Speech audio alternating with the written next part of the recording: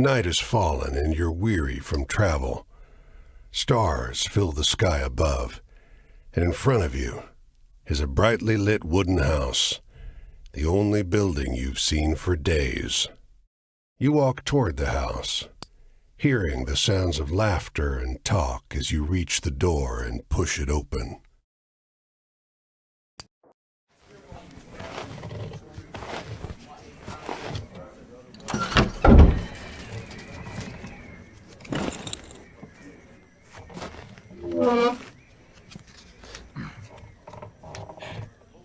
You sit down and join the game. It's a cheap buy-in, and not many of the other players are very good. The lady fiddling with dice gets good cards, but has no real strategy. The man to your right seems to just hold on to the highest cards he has, regardless of suit or any consideration of matches. The man in gray across from you, though, he's good. He already had the largest pile of coins when you bought in, and while your winnings grow quickly, you can't quite catch him. One by one, the other players leave the table, sometimes with pique or with wry humor, leaving their winnings with you or the man in gray.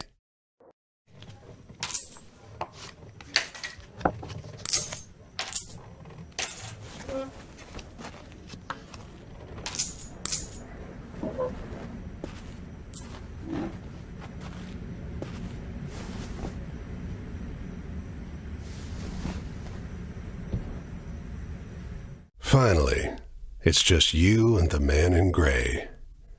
He looks at you, full of humor, and winks. Last hand? He deals, you draw, and look at your hand. It's good. It's great. The best hand, in fact. A royal straight flush. Spades. Aces high. But the man in gray pushes forward his whole pile. You're not sure exactly how much it is, but it's more than you've got. You can't match that. The man in gray stops you. Now, if you like, I'll let you wager your word. I know you'll be good for it. Just promise you'll pay the debt, however I ask. Yep. 10, Jack, Queen, King, Ace. All spades. The man in gray smiles. All right, then.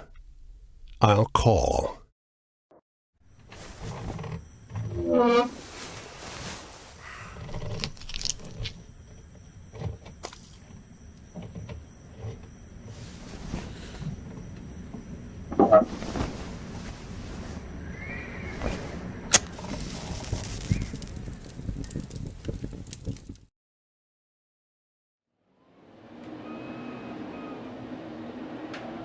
Well, your luck wasn't so good, was it?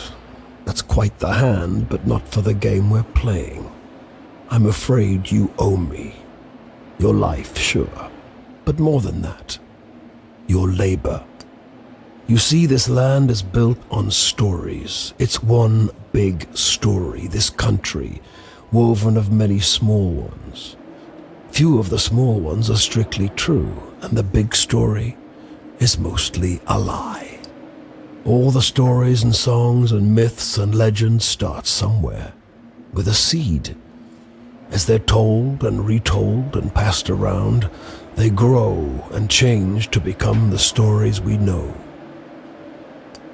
To pay your debt to me, you'll be carrying stories, finding the seeds first and then spreading them, telling them onwards so they can begin gaining strength. This is no light task. Stories are heavy. Most of the stories you'll find will be small seeds. They might be true, but they'll grow wild and unbelievable with the telling. The more important stories are the true ones, the ones people will tell you about their own lives.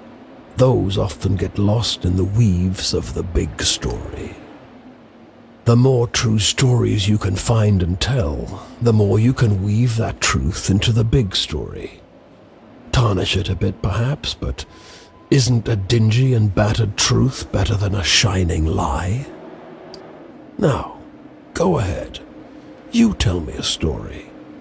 I'll trade you some information about your task.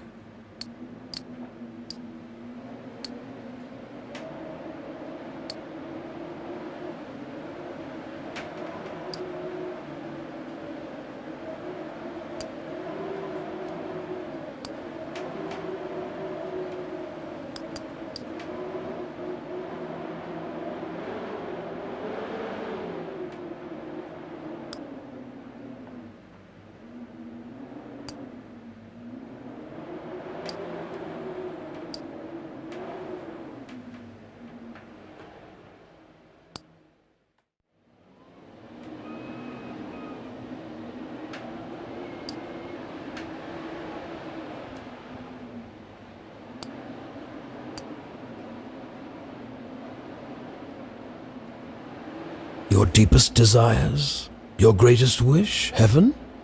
Big Rock Candy Mountain? El Dorado, the Promised Land, that place just over the ridge where they all say that the water tastes just like the sweetest wine. Well, I don't know where that is.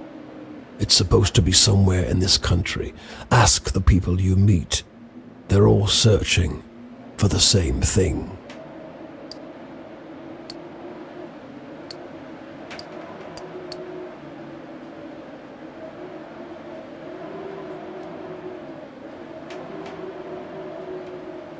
Travel? That's your job. Wander from place to place, gather those stories and spread them. People get bored hearing the same stories over and over, but an old cliché in one state might be a rip-roaring new yarn in another.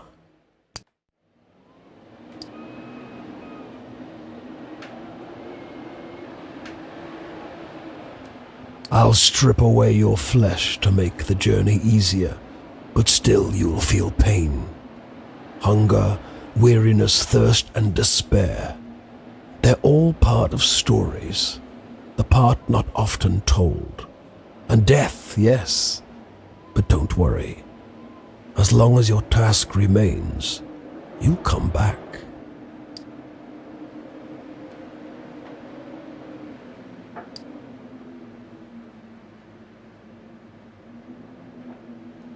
You sometimes have to make choices about what kind of story you're finding. Is it a love story or a tragedy? Don't gather too many of one kind, though. This grand story needs variety.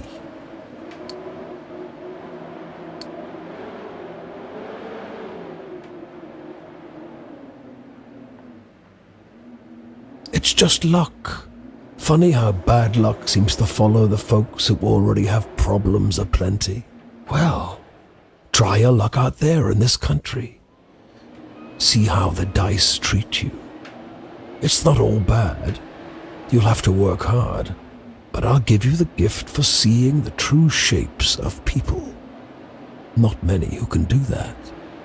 Go on your way, seeker. Maybe we'll meet again, or maybe not.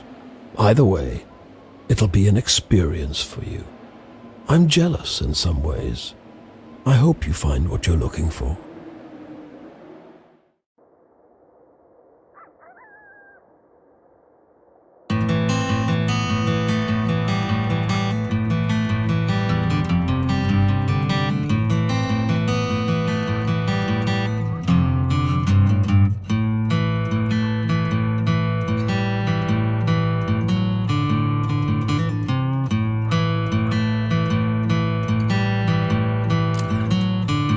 This bungalow is being ransacked.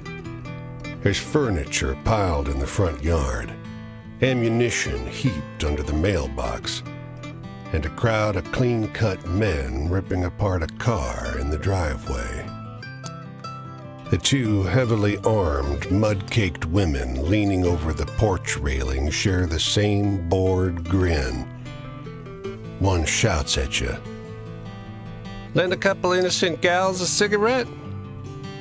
You are about to hand her a smoke when those men draw pistols and shove you hard into the dirt. "You know these girls?" they demand. Once they've dumped your bag out into the road, they decide you're harmless. "If you were selling booze too, you'd have a lot more cash," sneers one. On the porch behind him, the two bootleggers are fingering their empty rifles, grinning in disappointment.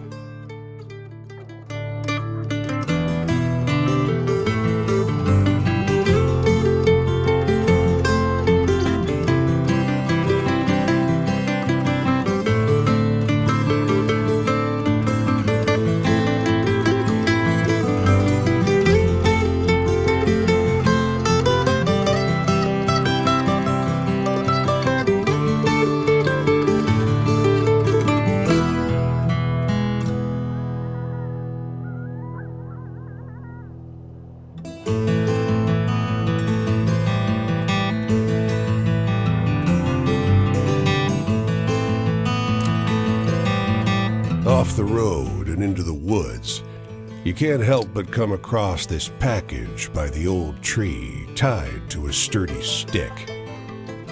The cloth wrapping conceals, though not particularly well, something large and softly unsettled.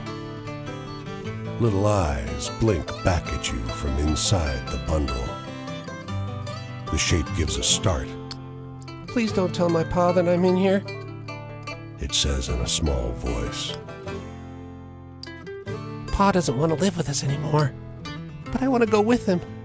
Don't tell him, please. I'm hiding." You tell the boy you'll keep his secret. You don't see his father anywhere. You don't see another soul for miles.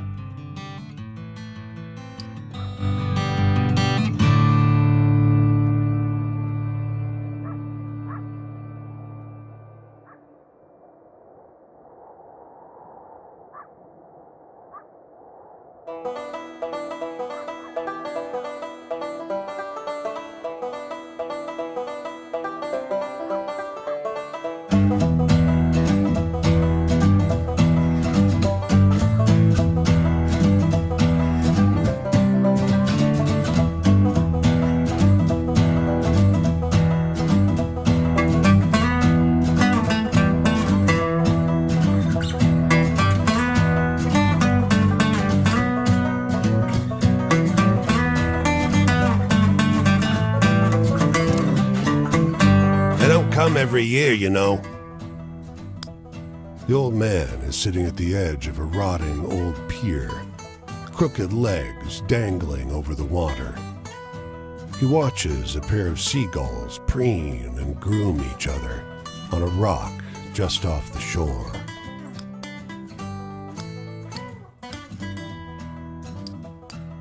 "Just when the fishing is going to be good." He taps great, black, thick globs of spent tobacco out of a huge ceramic pipe. "I got another year, I guess. Another year of this town being here," he replies, letting a grin spread across his face. "If the seagulls came, that means enough fish to keep it in place."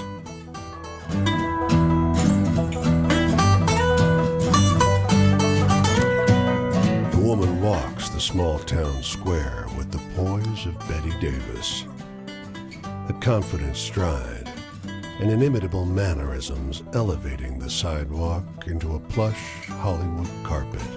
And wrapped around her neck, a yellow velvet ribbon, bright as an ocean sunrise. You question a well-dressed man parked outside an oyster house. "Prudish woman.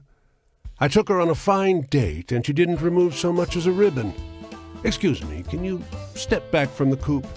That's the spirit." You decide. You talk with a waitress smoking outside a diner. Something funny about her. Just showed up one day. Doesn't work, doesn't live anywhere as far as I know. Just around. Myself, I'd love to know who made all her beautiful clothes. You ask the woman if you may join her at a public bench. You may. Lovely outside, isn't it? Her eyes are a beautiful shaded brown. Beneath the yellow ribbon, a thick, fibrous scar wraps around her throat. Weather like this, it reminds me of Paris.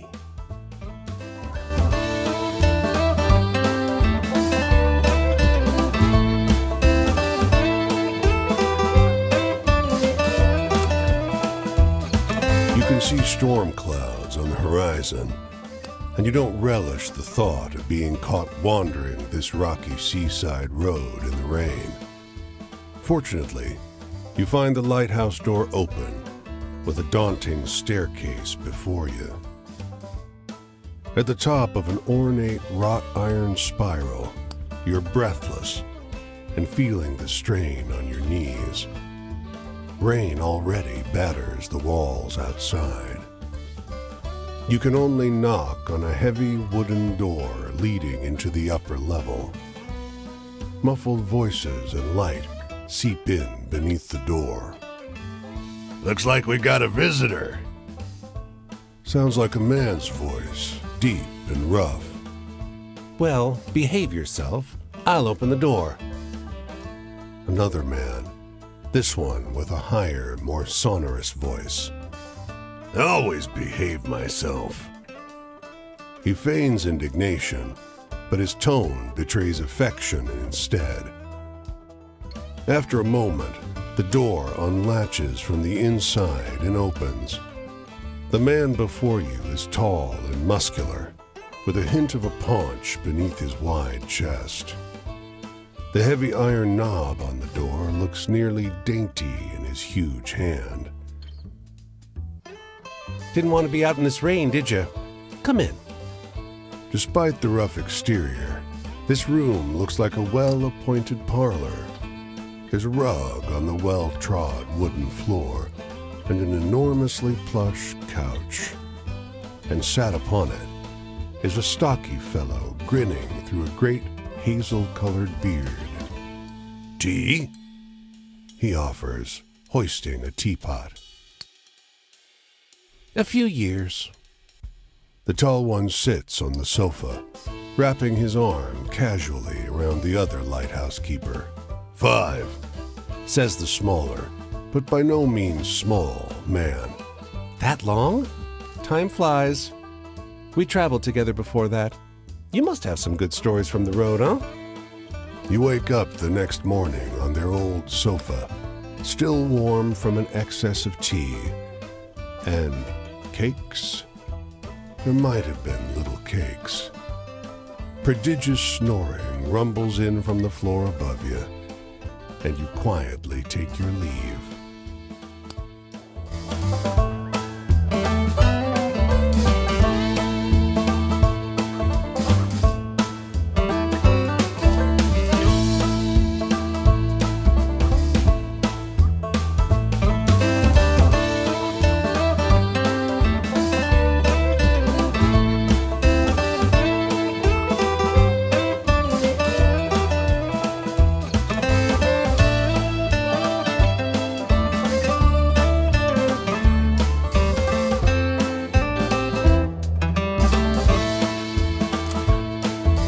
Dusty truck and a man on horseback pull up next to one another in front of the grocer.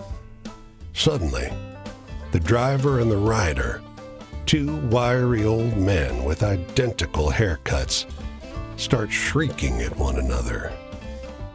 The man with the truck leaps into the street. Brother! He shouts. The one on the horse tumbles out of his saddle. Brother! He screams. They embrace in the road. 30 years! Hollers the driver. The rider, tears streaming down over his face, corrects him. No, 32! Everyone here is watching these two older men cry and hug one another in the middle of Main Street. Cars and wagons are backing up. People are yelling. Take a photo of us! The driver begs you. Starts hauling a tripod out of the bed of his truck. The long-lost brothers pose in front of traffic, cry snot pouring out of their noses. As angry passerby wave you out of the road, each brother presses a coin into your hand. When the traffic disperses, you realize they overpaid you quite a shocking amount.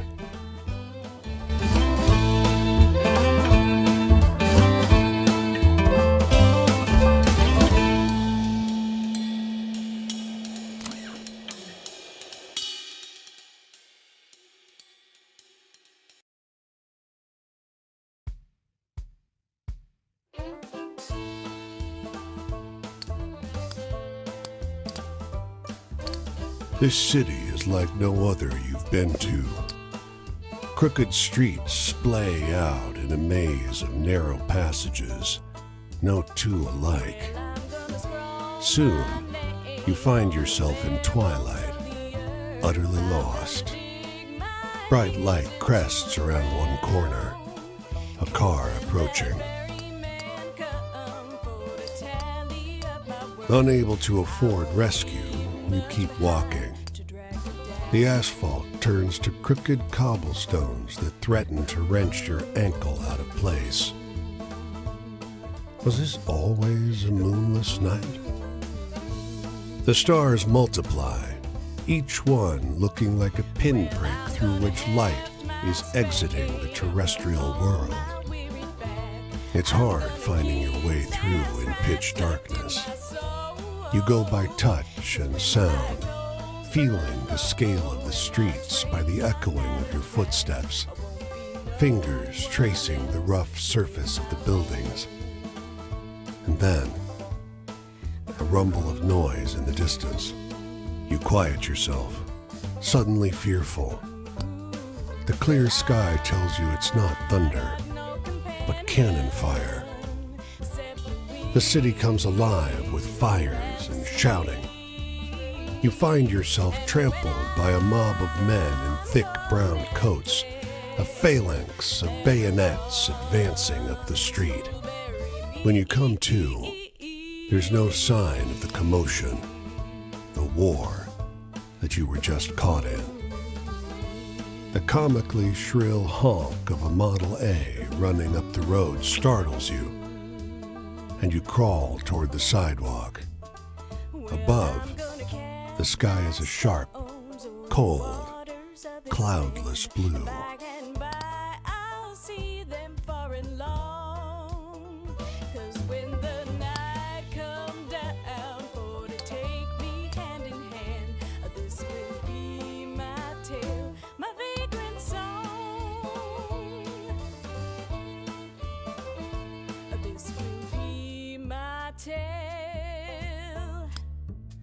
My vagrant song.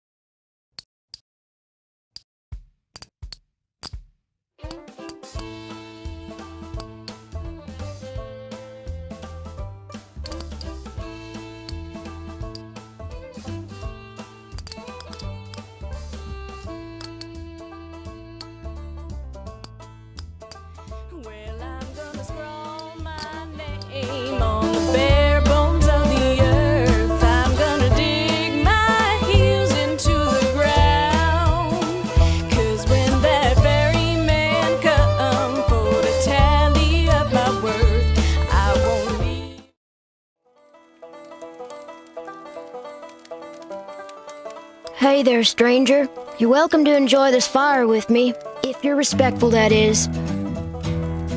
This here is my spot, and I ain't inclined to share it with any bad characters.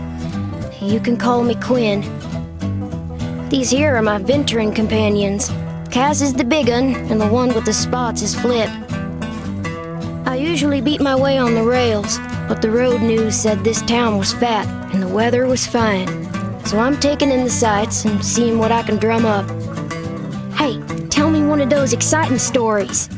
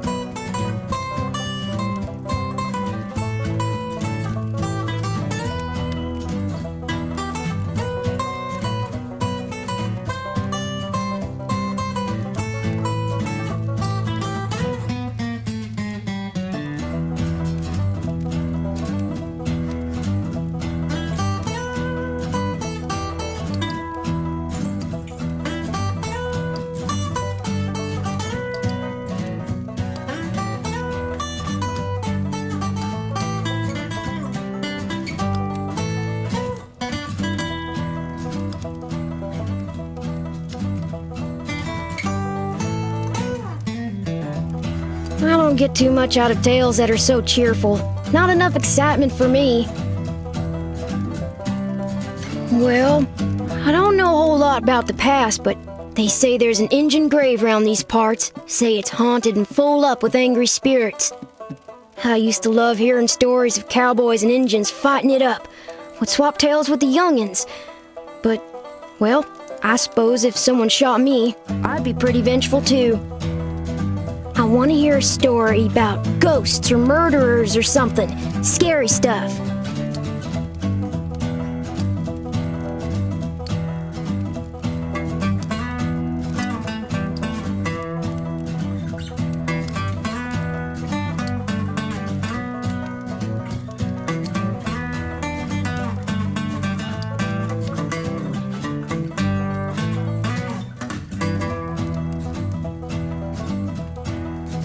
Not sure I quite follow that one. Authority, bosses and such. I ain't nobody's little Angelina if that's what you're asking. I take care of myself and my dogs. I don't need no jocker looking out for me, so if you're offering, don't. Shoot, I thought I told you to be respectful. You want to keep enjoying my spot or not? Think about that. Hey, do you got any really thrilling stories to tell? I'm hankering for one of those.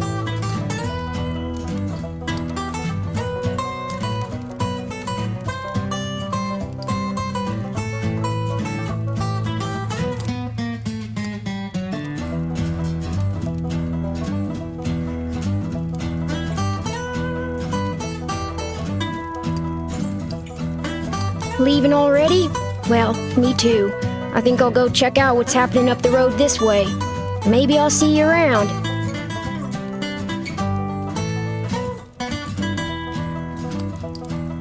The tramping life suits me just fine.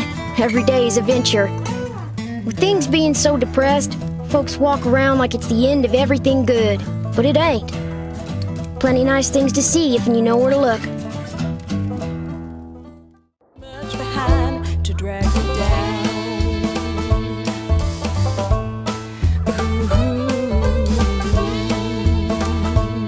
As you walk along the river near an unfinished bridge, a man with a tool belt catches sight of you. "Hey, over there," he calls out. "You look like you could use a quick way to get some hard-earned money." Hard-earned is right. The bridge hangs high over a perilous drop. "Great," he exclaims. "Suppose you'll want a safety belt. We Thunderbird people don't need 'em. We fly when we fall." He chuckles. You find yourself up high, looking over the rushing river that crashes around the foundation of the bridge. As you work side by side, the man mentions, You can see thunderbirds up here if you know how to look. You ask him to explain. Practice your peripheral vision, if you dare. Last thing you need up here is for them to see you seeing them and come swooping at you. He says laughingly. You only see the clouds thicken. It sure does pass the time working. The man pays you well when you're done with the job. By and by, I'll see them far and long. 'Cause when the night come down for to take me hand in hand, this will be my tale, my vagrant song. This will be my tale, my vagrant song.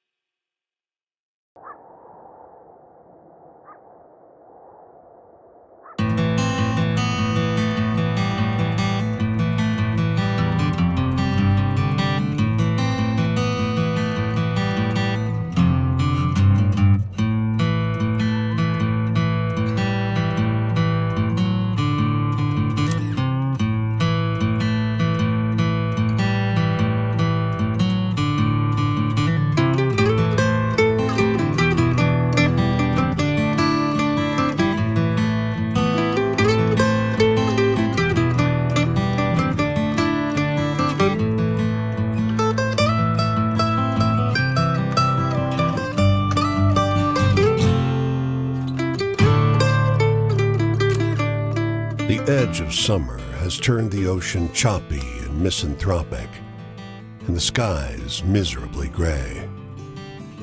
The boardwalk prophetess lured you into her tent with a promise to read a fortune for free. Seems like business has slowed to a crawl already. Before you lie the instruments of her profession. There's tarot cards, Rider-Waite, but also Marseille for traditionalists, rosary beads and costume jewelry, and of course, the centerpiece, a great glass globe. With practiced theatricality, she goes directly for the crystal ball, letting her eyes unfocus as though she can see a great distance into it. She brings up names, places, asks if you've known someone called John, if you have a relative in Newark. You'll latch on to what she says, and together you dance towards some insights about your romantic prospects. It's relieving to meet an honest charlatan instead of the ghouls and ghasts of the road. You might even say you're having fun, until she abruptly stops talking. Your eyes, she says, her voice suddenly drained of the bassy drama that was her stock in trade. You've met him. You've seen him, too. You carry him with you. The words that come out of your mouth are not your own. They seem unwilling or unable to form properly out of a human throat. They're more like snarls, warning noises of a vicious animal. The glass globe shatters. Your vision is hazy, and your body is not your own. You came far to get away from me, the voice lodged inside you says. But this one has a way of wandering. The fortune teller has collapsed, cowering. Consider your debt to me repaid. When you come to your senses, you're lying face down on the rough wood of the boardwalk, sore and weak. An empty patch of wood, cleaner than the surrounding planks, is all that remains of the fortune teller's tent.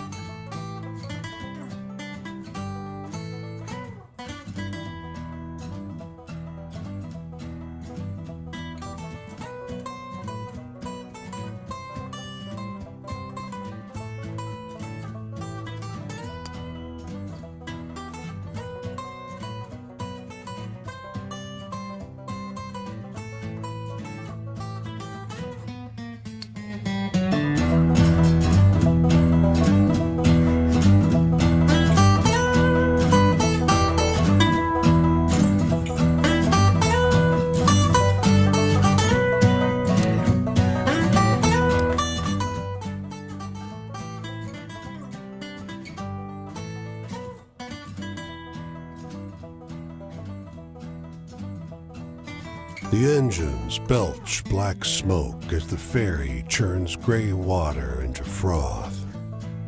A broad-shouldered figure leans out over the rail, eyeing the skyscrapers on the horizon. Nearby, a man and a woman speak in low, urgent voices. He takes her wrist gently. She is weeping softly. I wish you didn't have to go, She says. There's got to be work on some of those buildings going up. His thumb skates over her pulse point. I checked every day for a week. There ain't. I'll be back, though. Got your picture in my wallet, don't I? It's not forever. Her words are split by a sob. Might as well be. My parents didn't come to New York for this. She leans against him, the wind tousling her hair. He pulls her to his chest. I'm leaving because I gotta go. If there was another way... They stand together, close, quiet, in the stiff breeze.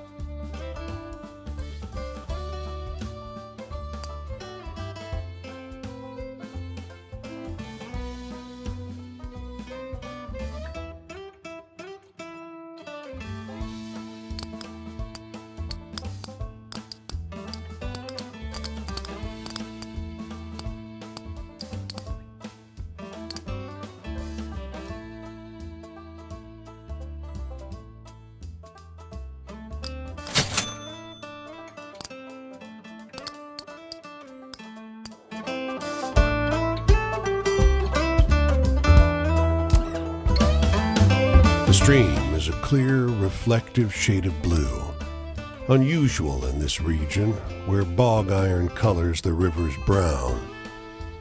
Across the way, a goat with great leather wings laps up the water, its sunken red eyes fixed on your every movement. You now notice the unnatural absence of wildlife. No fish swim in the stream. No birds sing in the trees.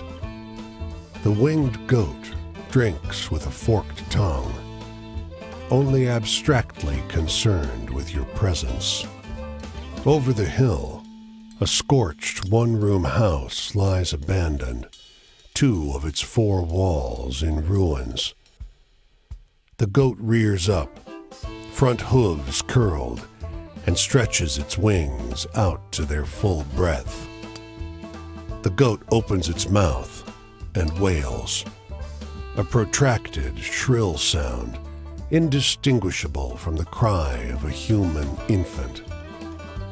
It only begins to stop when you take several steps back. The winged goat doesn't follow. Instead, it lies down inside the burnt house, surrounded by portraits of a large family, glass frames stained brown from smoke.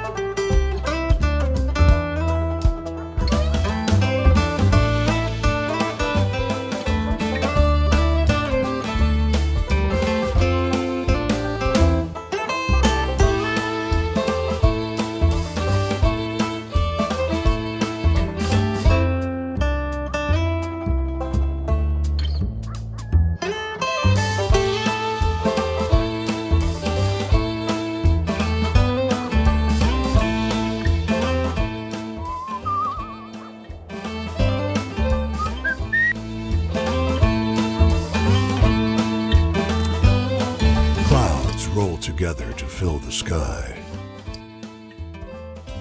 The lightning is so strong that it seems to open a path in the haze above you.